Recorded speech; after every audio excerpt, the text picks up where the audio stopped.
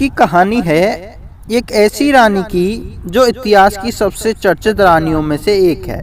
आज भी राजस्थान में चित्तौड़ की इस रानी की सुंदरता के साथ साथ शौर्य और बलिदान के किस्से भी प्रसिद्ध हैं। लेकिन इन्हें ख्याति कुछ वर्ष पूर्व मिली जब उनके और क्रूर मुस्लिम शासक अलाउद्दीन खिलजी पर बनी फिल्म पूरे इतिहास को तोड़ मरोड़ कर हमारे समक्ष प्रस्तुत कर दिया गया। जी हाँ दोस्तों, हम बात कर रहे हैं चित्तौड़ की शेरनी रानी पद्मनी, जिसे रानी पद्मावती के नाम से भी जानते हैं।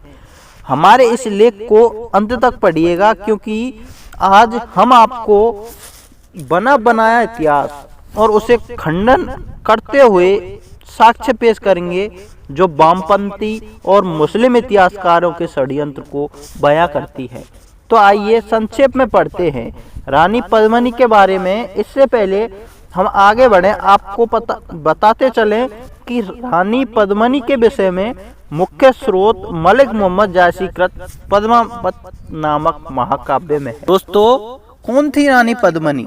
जायसी द्वारा रचित पद्मावत महाकाव्य के अनुसार राजकुमारी पद्मनी का जन्म 1270 ईस्वी में सिंघल देश यानी श्रीलंका के राजा गंधर्वसेन की और रानी चंपावती के महल में हुआ था।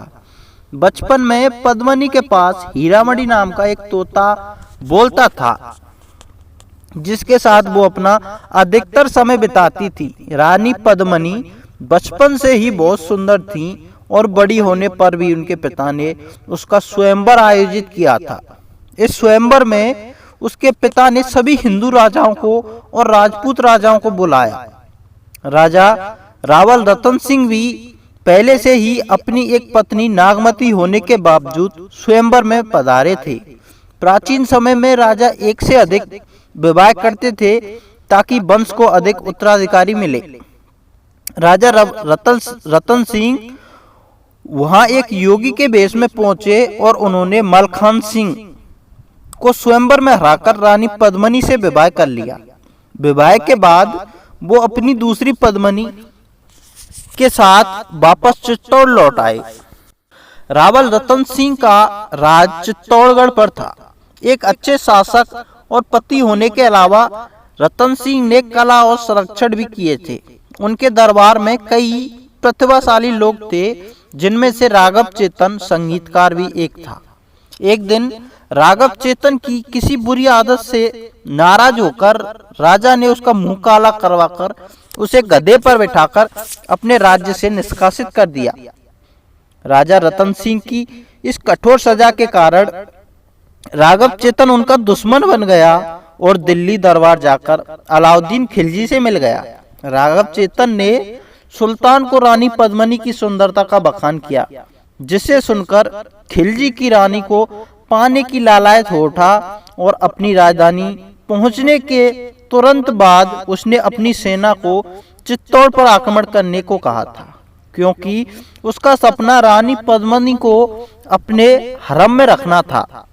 बेचैनी से चित्तौड़ पहुंचने के बाद अलाउद्दीन खिलजी चित्तौड़ का किला भारी सुरक्षा में दिखा। उनकी प्रसिद्ध सुंदरी की एक झलक पाने के लिए वो पागल हो गया था और उसने राजा रतन सिंह को यह कहकर भेजा कि वो रानी पद्मनी को अपनी बहन समान मानता है और उससे मिलना चाहता है।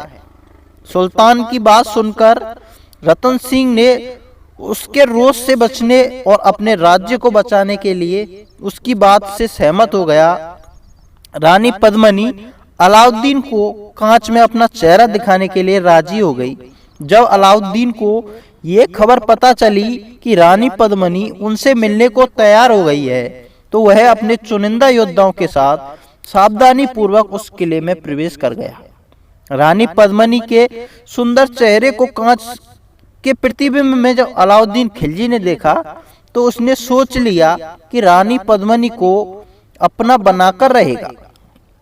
वापस अपने शिविर में लौटते वक्त अलाउद्दीन कुछ समय के लिए रतन सिंह के साथ चल रहा था। खिलजी ने मौका देखकर रतन सिंह को बंदी बना लिया और पद्मनी की मांग करने लगा। चौहान राजपूत सेनापति गोरा और बादल ने सुल्तान को हराने के लिए एक चाल चलते हुए खिलजी को संदेश भेजा कि अगली सुबह पद्मिनी को सुल्तान को सौंप दिया जाएगा। अगले दिन सुबह हुई और 150 पालकियां किले से खिलजी के शिविर की तरफ रवाना की गई थी। पालकियां वहां रुक गईं जहां रतन सिंह को बंदी बना के रखा था। पालकियों को देखकर रतन सिंह ने सोचा कि ये पालकियां किले के अंदर से आई हैं और संभवतः उनके साथ रानी भी यहाँ आई होगी।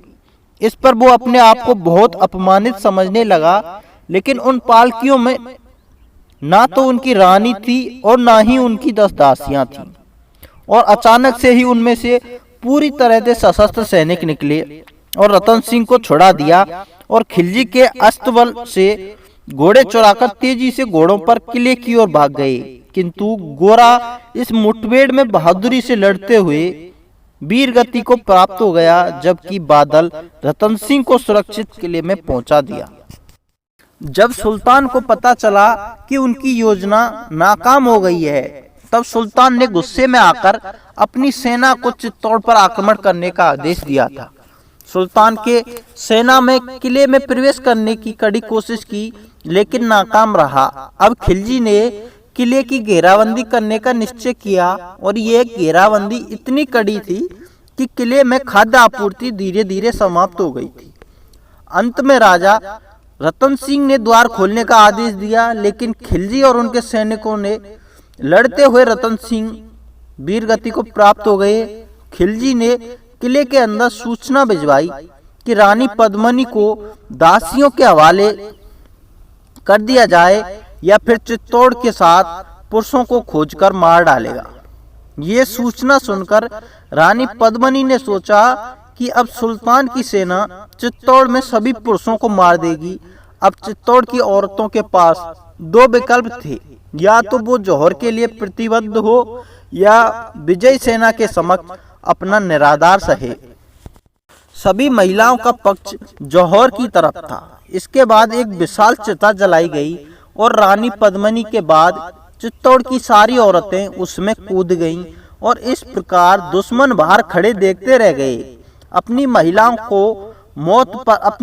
की मौत पर चित्तौड़ के पुरुष के पास जीवन में कुछ नहीं बचा था और चित्तौड़ के सभी पुरुषों ने साहस प्रदर्शन करने का प्रण किया, जिनमें प्रत्येक सैनिक केसरी वस्त्र और पगड़ी पहनकर दुश्मन की सेना की तरफ लड़े।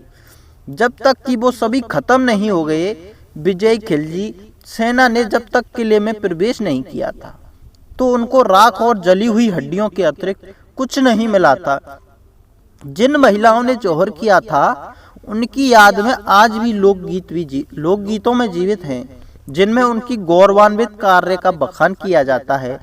तो इस तरह खत्म होती है मलिक मोहम्मद जायसी द्वारा रचित कपोल कल्पना से भरी महाकाव्य पद्मावत। बहुत से लोग इस इतिहास पर विश्वास करते हैं, तो कुछ लोग इसे झूठ मानते हैं। जय नारी शक्ति, भारत माता की जय। तो दोस्तों, हमारे द्वारा यह कहानी बताई गई, आपको कैसी लगी हमें कमेंट के माध्यम से अवश्य बताइएगा।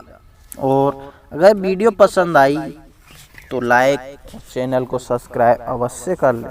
धन्यवाद।